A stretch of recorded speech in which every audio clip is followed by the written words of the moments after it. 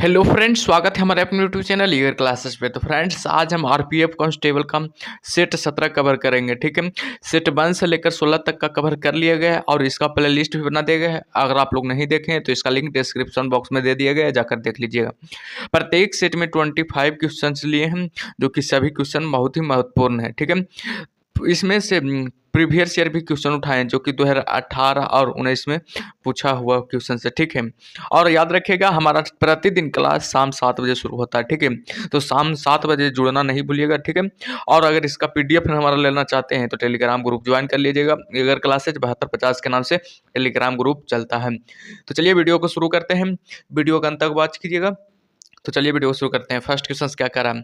First question करा है, गुप्त काल का सर्वप्रथम गणित खगोलविद कौन था? गुप्त काल का सर्वप्रथम गणित एवं खगोलविद कौन था? तो बताइएगा इसका राइट आंसर क्या होगा। आप लोग लाइव चैट सेक्शन में देते रहिएगा जवाब। ठीक है, इसका राइट आंसर क्या होगा? इसका राइट आंसर हो जाएगा ऑप्शन नंबर बी, आर्यभट्ट। अगर एग्जाम में पूछा जाए कि गुप्त काल का सर्वप्रथम गणित एवं खगोलविद कौन था, तो बताइएगा आर्यभट्ट। हमारा ऑप्शन नंबर बी हमारा एब्सोल्युटली राइट आंसर हो जाएगा। और पूछा जाएगा कि आर्यभट्ट का जन्म कब हुआ था, तो बताइएगा 476 ईसा पूर्व में आर्यभट्ट का जन्म हुआ था। कहाँ हुआ था? तो पटना लगाइएगा। ठीक है, आर्यभट्ट का जन्म कहाँ हुआ था? पाटलिपुत्रा। ठीक है, पाटलिपुत्रा। नेक्स्ट क्वेश्चन क्यों चलते हैं। क्वेश्चन नंबर नेक्स्ट क्या करा? क्वेश्चन में नेक्स्ट करा है कि इंद्रधनुष में लाल रंग किस क्रम में होता है? इंद्रधनुष में लाल रंग किस क्रम में होता है? तो बताइएगा इसका राइट आंसर क्या होगा। इसका राइट आंसर हो जाएगा ऑप्शन नंबर ए, अंतिम। अंतिम क्रम में होता है। इंद्रधनुष में लाल रंग अंतिम क्रम में होता है। ऑप्शन नंबर ए हमारा एब्सोल्युटली राइट आंसर हो जाएगा। और पूछा जाए कि इंद्रधनुष में इंद्रधनुष कितने प्रकार का होता है, तो लगाइएगा 2 प्रकार का इंद्रधनुष होता है। ठीक है, पहला हुआ प्राथमिक इंद्रधनुष और दूसरा हुआ द्वितीय इंद्रधनुष। ठीक है, नेक्स्ट क्वेश्चन की ओर चलते हैं। क्वेश्चन नंबर 3 क्या कह रहा है? क्वेश्चन नंबर 3 कह रहा है कि ग्रह जो सूर्य के सबसे अधिक नजदीक है कौन है? बुध है या मंगल है, शुक्र है कि शनि है? वह कौन ग्रह है जो सूर्य का सबसे अधिक नजदीक है? तो बताइएगा क्या हो, इसका राइट आंसर क्या होगा। इसका राइट आंसर हो जाएगा बुध ग्रह सूर्य का सबसे नजदीकी ग्रह है। ऑप्शन नंबर ए हमारा एब्सोल्युटली राइट आंसर हो जाएगा। ठीक है, हाँ, अब मंगल ग्रह को किस ग्रह से नाम से जाना जाता है? लाल ग्रह के नाम से मंगल ग्रह को जाना जाता है। ठीक है, मंगल ग्रह का उपग्रह का नाम क्या है? फोबोस और डिमोस। ठीक है, शुक्र को चमकीला ग्रह कहा जाता है। शुक्र को चमकीला ग्रह कहा जाता है। ठीक है, और शुक्र को गर्म ग्रह भी कहा जाता है। शुक्र को गर्म ग्रह भी कहा जाता है। ठीक है, और सबसे बड़ा ग्रह कौन सा है? तो बताइएगा बृहस्पति ग्रह सबसे बड़ा ग्रह है। बृहस्पति ग्रह सबसे बड़ा ग्रह है। पृथ्वी के पास एकमात्र उपग्रह कौन सा है? चंद्रमा। पृथ्वी के पास एकमात्र उपग्रह कौन सा है? चंद्रमा। ठीक है, अब अगर एग्जाम में इस तरह से भी क्वेश्चन पूछे कि पृथ्वी का उपग्रह का नाम क्या है, तो चंद्रमा लगेगा। ठीक है, नेक्स्ट क्वेश्चन की ओर चलते हैं। क्वेश्चन नंबर 4 क्या करा? क्वेश्चन नंबर 4 करा, मुद्रा राक्षस किसने लिखा था?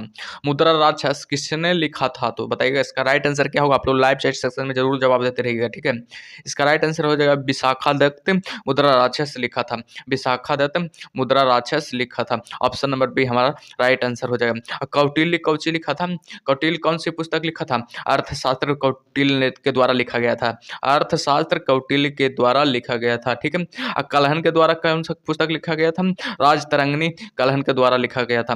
राजतरंगिणी कलहन के द्वारा लिखा गया था। ठीक है, याद रखिएगा, बहुत ही महत्वपूर्ण प्रश्न है। नेक्स्ट क्वेश्चन की ओर चलते हैं। क्वेश्चन नंबर 5 क्या करा? क्वेश्चन नंबर 5 करा, निम्नलिखित में से व्यस्तम महासागरीय व्यापार मार्ग कौन सा है? निम्नलिखित में से व्यस्तम महासागरीय व्यापार मार्ग कौन सा है? तो बताइएगा इसका राइट आंसर क्या होगा। इसका राइट आंसर क्या होगा? इसका राइट आंसर हो जाएगा स्वेज नहर सबसे व्यस्तम महासागरीय व्यापार मार्ग है। ऑप्शन नंबर डी हमारा एब्सोल्युटली राइट आंसर हो जाएगा। ठीक है, स्वेज नहर का के बीच की दूरी शुरू कब हुआ था? स्वेज नहर के बीच शुरू कब हुआ था? व्यापार कब शुरू हुआ था? 1869 से 72 के बीच में शुरू हुआ था। और एग्जाम में पूछा जाएगा स्वेज नहर से व्यापार मार्ग कब शुरू हुआ था? 1869 से 72 लगेगा। ठीक है, और स्वेज नहर किसके किसके जोड़ता है? भूमध्य सागर को लाल सागर से स्वेज नहर जोड़ता है। भूमध्य सागर से लाल सागर को स्वेज नहर जोड़ता है। याद रखिएगा, बहुत ही महत्वपूर्ण प्रश्न है। ठीक है, नेक्स्ट क्वेश्चन को चलते हैं। क्वेश्चन नंबर 6 क्या करा? क्वेश्चन नंबर 6 करा है, लोकसभा का महासचिव उसके सचिवालय का प्रमुख है और बताइएगा इस लोकसभा द्वारा चुना जाता है कि संसद के दोनों सदनों द्वारा चुना जाता है, या अध्यक्ष द्वारा नियुक्त किया जाता है, या राष्ट्रपति द्वारा नियुक्त किया जाता है? तो बताइएगा इसका राइट आंसर क्या होगा? 6 का आप लोग लाइव चैट सेक्शन में जरूर जवाब देते रहिएगा, ठीक है। इसका राइट आंसर क्या होगा? इसका राइट आंसर हो जाएगा ऑप्शन नंबर डी, राष्ट्रपति द्वारा नियुक्त किया जाता है। और एग्जाम में पूछा जाए कि लोकसभा का महासचिव, उसके सचिवालय का प्रमुख किसके द्वारा नियुक्त किया जाता है? तो राष्ट्रपति के द्वारा नियुक्त किया जाता है। ऑप्शन नंबर डी एब्सोल्युटली हमारा राइट आंसर हो जाएगा। नेक्स्ट क्वेश्चन की ओर चलते हैं। क्वेश्चन नंबर 7 क्या कह रहा है? क्वेश्चन नंबर 7 करा, किस देश ने उपग्रह को सबसे पहले सफलतापूर्वक अंतरिक्ष में छोड़ा था? किस देश ने उपग्रह को सबसे पहले सफलतापूर्वक अंतरिक्ष में छोड़ा था? तो बताइएगा इसका राइट आंसर क्या क्या होगा? इसका राइट आंसर हो जाएगा रूस। रूस ने सबसे पहले उपग्रह को सफलतापूर्वक अंतरिक्ष में छोड़ा था, ठीक है। और एग्जाम में पूछा जाएगा रूस ने अंतरिक्ष में कदम कब रखा था? रूस ने अंतरिक्ष में कदम कब रखा था? तो 1957 लगाएगा। रूस ने अंतरिक्ष में कदम कब रखा था? 1957 लगाएगा, ठीक है। ये पहला कदम रखा था, ठीक है, पहला रखा था। और दूसरा में कौन रखा था? दूसरा में यूएसए रखा था, और संयुक्त राज्य अमेरिका दूसरा में रखा था, ठीक है। नेक्स्ट क्वेश्चन को चलते हैं। क्वेश्चन नंबर 8 क्या करा? क्वेश्चन नंबर 8 करा, विश्व बैंक का मुख्यालय कहाँ है? विश्व बैंक का मुख्यालय कहाँ है? तो बताइएगा इसका राइट आंसर क्या होगा? इसका राइट आंसर हो जाएगा वाशिंगटन में विश्व बैंक का मुख्यालय है। ऑप्शन नंबर बी हमारा एब्सोल्युटली राइट आंसर हो जाएगा। नेक्स्ट क्वेश्चन को चलते हैं। क्वेश्चन नंबर 9 क्या कह रहा है? नेक्स्ट क्वेश्चन नंबर 9 कह रहा है, राष्ट्रमंडलों में खेल पहली बार कब आयोजित किए गए थे? राष्ट्रमंडल खेल पहली बार कब आयोजित किए गए थे? तो बताइएगा इसका राइट आंसर क्या होगा? इसका राइट आंसर हो जाएगा 1930 में राष्ट्रमंडल खेल आयोजित किया गया था। ऑप्शन डी हमारा एब्सोल्युटली राइट आंसर हो जाएगा। और पूछा जाएगा राष्ट्रमंडल खेल कहाँ आयोजित किया गया था?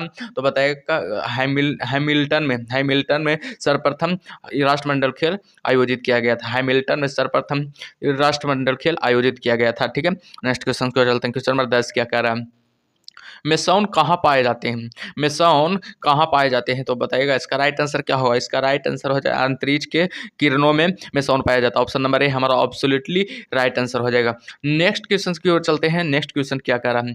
नेक्स्ट क्वेश्चन कह रहा है कि डेंगू ज्वर का कारण है। डेंगू ज्वर का कारण है, तो बताइएगा इसका राइट आंसर क्या होगा? डेंगू ज्वर का कारण है, तो बताइएगा इसका राइट आंसर क्या होगा? इसका राइट आंसर आप लोग लाइव चैट सेक्शन में दीजिएगा जवाब, ठीक है। वायरस का कारण है, ठीक है। पूछा जाएगा एग्जाम में कि डेंगू ज्वर का कारण किसके कारण है? तो वायरस के कारण है, ठीक है। ऑप्शन डी हमारा एब्सोल्युटली राइट आंसर हो जाएगा, ठीक है। नेक्स्ट क्वेश्चन को चलते हैं। क्वेश्चन नंबर 12 क्या करा है? क्वेश्चन नंबर 12 करा है कि थैलीसीमिया एक आनुवंशिक बीमारी है, यह किसको प्रभावित करती है? थैलीसीमिया एक आनुवंशिकी बीमारी है, यह किसको प्रभावित करती है? तो बताइएगा इसका राइट आंसर क्या होगा? इसका राइट आंसर हो जाएगा रुधिर को प्रभावित करती है, ठीक है। और एग्जाम में पूछा जाएगा थैलीसीमिया एक आनुवंशिकी बीमारी है, यह किसको प्रभावित करती है? तो रुधिर को। ऑप्शन नंबर ए हमारा एब्सोल्युटली राइट आंसर हो जाएगा। और कुछ पॉइंट याद रख लीजिएगा कि एनीमिया एक रुधिर रोग है, एनीमिया एक रुधिर रोग है, और एनीमिया आनुवंशिकी रोग भी है, ठीक है। एनीमिया एक रुधिर रोग भी है और एनीमिया एक आनुवंशिकी रोग भी है, याद रखिएगा, बहुत ही महत्वपूर्ण पॉइंट है, ठीक है। नेक्स्ट क्वेश्चन की ओर चलते हैं। क्वेश्चन नंबर 13 क्या करा? क्वेश्चन नंबर 13 का ऑपरेशन फ्लड किससे संबंधित है? ऑपरेशन फ्लड किससे संबंधित है? तो बताइएगा इसका राइट आंसर क्या होगा? इसका राइट आंसर क्या होगा आप लोग बताइएगा? इसका राइट आंसर हो जाएगा ऑप्शन नंबर सी, दुग्ध उत्पादन से ऑपरेशन फ्लड संबंधित है। ऑपरेशन फ्लड का दूसरा नाम क्या है? ऑपरेशन फ्लड का दूसरा नाम क्या है? तो बताइएगा श्वेत क्रांति। श्वेत क्रांति ऑपरेशन फ्लड का दूसरा नाम है। श्वेत क्रांति ऑपरेशन फ्लड का दूसरा नाम है। इसका शुरुआत कब किया गया था? ऑपरेशन फ्लड का शुरुआत कब किया गया था? तो बताइएगा 1970 में ऑपरेशन फ्लड का शुरुआत किया गया था, ठीक है। नेक्स्ट क्वेश्चन को चलते हैं। क्वेश्चन नंबर 14 क्या करा? क्वेश्चन नंबर 14 करा, पारसियों का पवित्र ग्रंथ निम्नलिखित में से कौन है? पारसियों का पवित्र ग्रंथ निम्नलिखित में से कौन है? तो बताइएगा इसका क्या राइट आंसर होगा? इसका राइट आंसर क्या होगा? इसका राइट आंसर हो जाएगा ऑप्शन नंबर ए, जिंद अवस्था पारसियों का सबसे पवित्र ग्रंथ है, ठीक है। और पूछा जाएगा बाइबिल किसका पवित्र ग्रंथ है? तो बताएगा ईसाई धर्म का बाइबिल है, ठीक है। ईसाई धर्म का बाइबिल सबसे पवित्र ग्रंथ है। ईसाई धर्म का बाइबिल सबसे पवित्र ग्रंथ है, ठीक है, याद रखिएगा, बहुत ही महत्वपूर्ण पॉइंट है। नेक्स्ट क्वेश्चन को चलते हैं। क्वेश्चन नंबर 15 क्या करा? क्वेश्चन नंबर 15 करा, आनुवंशिकता के नियमों के आविष्कारकर्ता थे। आनुवंशिकता के नियमों के आविष्कारकर्ता कौन थे? तो बताइएगा इसका राइट आंसर क्या होगा? इसका राइट आंसर हो जाएगा ऑप्शन नंबर भी मेंडल ने आनुवंशिकता के आविष्कार कारक हैं, ठीक है। मेंडल के द्वारा ही आनुवंशिकता के नियमों का प्रतिपादन किया गया था। ऑप्शन बी हमारा ऑब्सोल्युटली राइट आंसर हो जाएगा। और पूछा जाए कि मेंडल ने किस पौधे पर सर्वप्रथम प्रयोग किया था, इसका प्रयोग किया था, तो बताइएगा मटर के पौधे पर सर्वप्रथम इसका प्रयोग किया था, ठीक है। नेक्स्ट क्वेश्चन को चलते हैं। क्वेश्चन नंबर 16 क्या करा, क्वेश्चन नंबर 16 कह रहा है कि सती प्रथा को समाप्त किसने किया था, सती प्रथा को समाप्त किसने किया था, तो बताइएगा इसका राइट आंसर क्या हो जाएगा। लॉर्ड विलियम बेंटिक सती प्रथा का सर्वप्रथम समाप्त किया था। लॉर्ड विलियम बेंटिक सती प्रथा का सर्वप्रथम समाप्त किया था। ऑप्शन नंबर ए हमारा एब्सोल्युटली राइट आंसर हो जाएगा। नेक्स्ट क्वेश्चन को चलते हैं। क्वेश्चन नंबर 17 क्या करा, क्वेश्चन नंबर 17 कह रहा योजना आयोग का गठन कब हुआ था, योजना आयोग का गठन कब हुआ था, तो बताइएगा इसका राइट आंसर क्या होगा। इसका राइट आंसर हो जाएगा 1950 में योजना आयोग का गठन हुआ था। ऑप्शन डी हमारा एब्सोल्युटली राइट आंसर हो जाएगा। अगर पूछा जाए कि योजना आयोग का नाम नीति आयोग कब बनाया गया था, योजना आयोग को नीति आयोग कब बनाया गया था, तो बताइएगा 1 जनवरी 2015 को योजना आयोग को नीति आयोग बनाया गया था। योजना आयोग को नीति आयोग बनाया गया था, किसके द्वारा बनाया गया था, तो बताइएगा श्री नरेंद्र मोदी जी के द्वारा योजना आयोग को नीति आयोग नाम दिया गया था, ठीक है। और इसका राइट आंसर क्या होगा। अब अगर पूछा जाए कि योजना आयोग का गठन कब हुआ था, तो 1950 लगेगा, ठीक है। नेक्स्ट क्वेश्चन को चलते हैं। क्वेश्चन नंबर 18 क्या कर रहा है, क्वेश्चन नंबर 18 कह रहा है कि जनसंख्या की दृष्टि से भारत का सबसे छोटा राज्य है, जनसंख्या की दृष्टि से भारत का सबसे छोटा राज्य कौन है, तो बताइएगा इसका राइट आंसर क्या होगा। इसका राइट आंसर हो जाएगा सिक्किम जनसंख्या की दृष्टि से सबसे छोटा राज्य है। इसका राइट आंसर हो जाएगा ऑप्शन नंबर ए, ठीक है, एब्सोल्युटली राइट आंसर हो जाएगा। और पूछा जाए कि सबसे छोटा विधानसभा किसका है, और एग्जाम में पूछा जाए कि सबसे छोटा विधानसभा किसका है, तो लगाइएगा सिक्किम का सबसे छोटा विधानसभा है, सिक्किम का सबसे छोटा विधानसभा है, ठीक है। नेक्स्ट क्वेश्चन को चलते हैं। क्वेश्चन 19 क्या कर रहा है, क्वेश्चन 19 कह रहा है ध्वनि की तीव्रता मापने का यंत्र कौन सा है, ध्वनि का तीव्रता मापने का यंत्र कौन सा है, तो इसका राइट आंसर हो जाएगा ऑप्शन नंबर डी, ऑडियोमीटर द्वारा ध्वनि की तीव्रता मापा जाता है। ऑप्शन डी हमारा एब्सोल्युटली राइट आंसर हो जाएगा। नेक्स्ट क्वेश्चन को चलते हैं। क्वेश्चन नंबर 20 क्या कर रहा है, क्वेश्चन नंबर 20 कह रहा है कार्ल मार्क्स की समाधि कहाँ है, कार्ल मार्क्स की समाधि कहाँ है, तो बताइएगा इसका राइट आंसर क्या होगा। इसका राइट आंसर हो जाएगा लंदन कार्ल मार्क्स की समाधि है। ऑप्शन नंबर ए हमारा एब्सोल्युटली राइट आंसर हो जाएगा।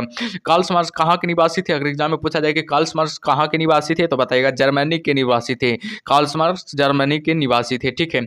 नेक्स्ट क्वेश्चन को चलते हैं। क्वेश्चन नंबर 21 क्या कर रहा है, क्वेश्चन नंबर 21 कह रहा भाभा परमाणु अनुसंधान केंद्र का मुख्यालय कहाँ है, भाभा परमाणु अनुसंधान केंद्र का मुख्यालय कहाँ है, तो बताइएगा इसका राइट आंसर क्या होगा। इसका राइट आंसर हो जाएगा ट्रॉम्बे में भाभा परमाणु अनुसंधान केंद्र का मुख्यालय है, ट्रॉम्बे में भाभा परमाणु अनुसंधान केंद्र का मुख्यालय है। ऑप्शन डी हमारा एब्सोल्युटली राइट आंसर हो जाएगा। और पूछा जाए कि ट्रॉम्बे कहाँ है, तो लगाइएगा मुंबई में ट्रॉम्बे है, मुंबई में ट्रॉम्बे है। और एग्जाम में पूछा जाए कि भाभा परमाणु अनुसंधान केंद्र का स्थापना कब हुआ था, 1948 ईस्वी में इसका स्थापना हुआ था, 1948 ईस्वी में इसका स्थापना हुआ था, ठीक है। याद रखिएगा, बहुत ही महत्वपूर्ण पॉइंट है। नेक्स्ट क्वेश्चन को चलते हैं। क्वेश्चन नंबर 22 क्या करा, क्वेश्चन नंबर 22 करा उज्जैन का प्राचीनतम नाम क्या था, उज्जैन का प्राचीनतम नाम क्या था, तो बताइएगा इसका राइट आंसर क्या होगा। इसका राइट आंसर क्या होगा, आप लोग बताइएगा। इसका राइट आंसर हो जाएगा अवंतिका, उज्जैन का सबसे प्राचीनतम नाम है, उज्जैन का सबसे प्राचीनतम नाम अवंतिका है। ऑप्शन नंबर ए हमारा एब्सोल्युटली राइट आंसर हो जाएगा। और एग्जाम में पूछा जाए कि उज्जैन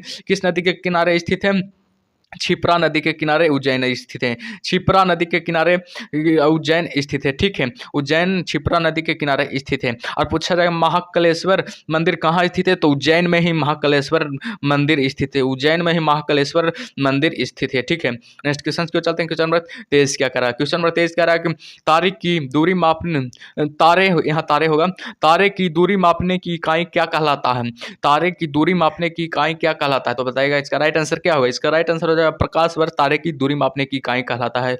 ऑप्शन नंबर ए हमारा एब्सोल्युटली राइट आंसर हो जाएगा।